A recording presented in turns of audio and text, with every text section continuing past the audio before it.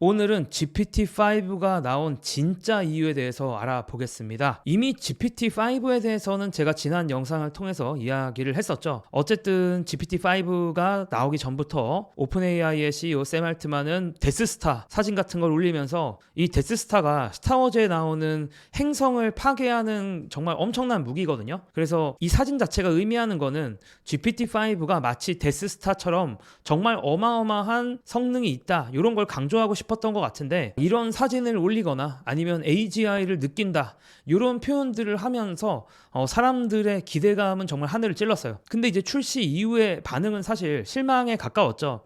당장 제가 얘기하는 것보다 이 도박 사이트의 차트를 보는 게 좋을 것 같은데, 어떤 AI 모델이 2025년 말까지 가장 최고가 되겠느냐라는 이 설문에서 구글의 확률이 가장 높게 올라갔고요. 그리고 가장 낮아진 게 바로 오픈 AI입니다. 이 시점이 바로 GPT-5가 출시되는 시점이었거든요. 근데 출시되자마자 오히려 도박 사이트에서는 실망이다, 이렇게 표현을 한 거죠.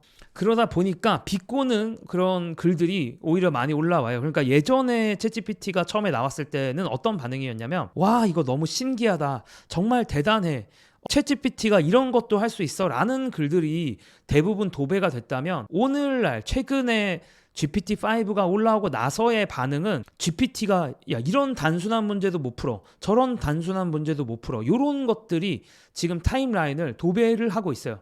그러다 보니까 이분도 AGI가 도착했습니다 여러분 해놓고, 알고 보면 정말 기초적인 질문도 대답을 못하고 있는 모습을 보여주고 있고요. 저도 티니핑의 종류 중에 하나를 물어봤으나 맞추지 못하는 모습을 보여줬다라고 제가 말씀을 드렸었죠. 그래서 사실 이런 상황은 엄밀히 말하면 제그드 인텔리전스라는 표현을 쓰는 게 맞는 것 같아요. 그러니까 이게 안드레 카파시라고 예전에 테슬라에서 AI 담당을 하던 분인데, 자, 이분이 요즘에 인공지능 언어 모델이 정말 어떤 부분에서는 박사급 수준의 어떤 퍼포먼스를 보여준다라고 하지만, 정말 어떤 부분에 대해서는 기초적인 것도 초등학생보다도 못한 부분이 있기 때문에 이 지능이 이렇게 동그랗게 원형으로 되어 있다라고 생각하는 게 아니라, 어디는 엄청 잘하고 어디는 엄청 못하는 이런 울퉁불퉁한 모양으로 이해를 하는 게 맞다라는 얘기를 안드레 카파시가 하기도 합니다. 이런저런 얘기했지만 결국에 GPT-5의 가장 큰 변화점은 여러 복잡한 모델을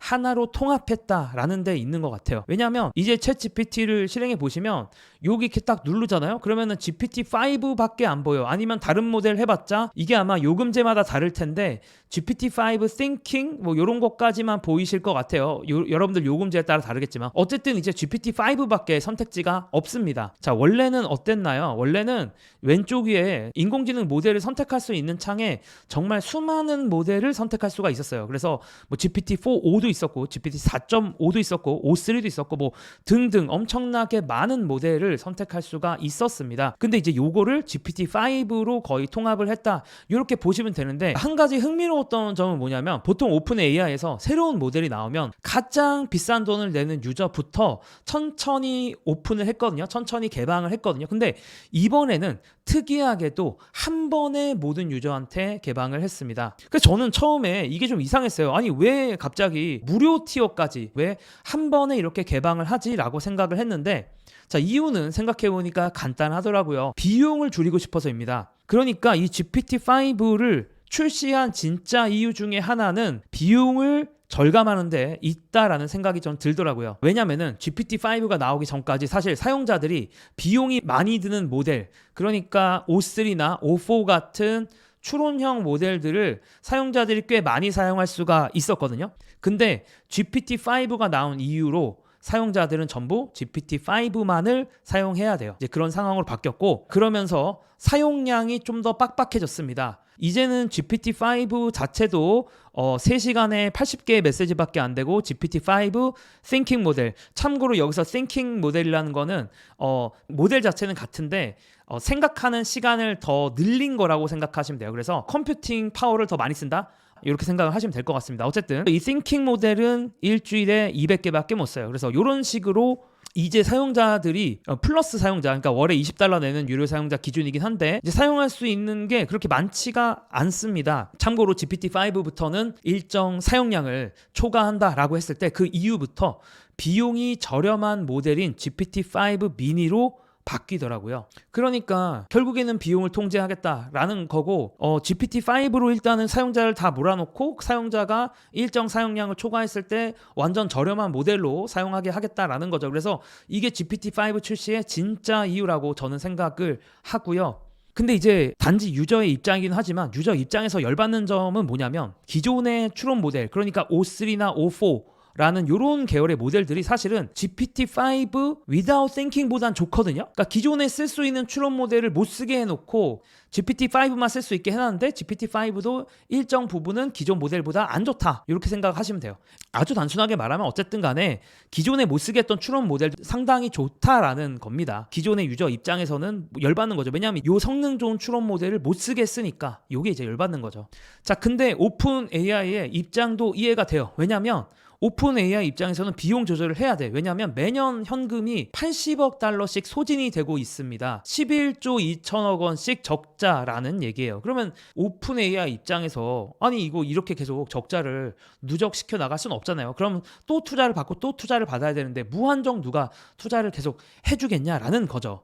자, 그리고 요즘에 빅테크들도 이제 이걸 알기 때문에 모든 회사들이 쩐의 전쟁에 못 듭니다. 돈 뿌려가지고 어떻게든 이 인공지능 전쟁에서 승리하겠다라는 그런 관점인데 오픈 AI는 상대적으로 뒤처진 감이 있다라는 거죠.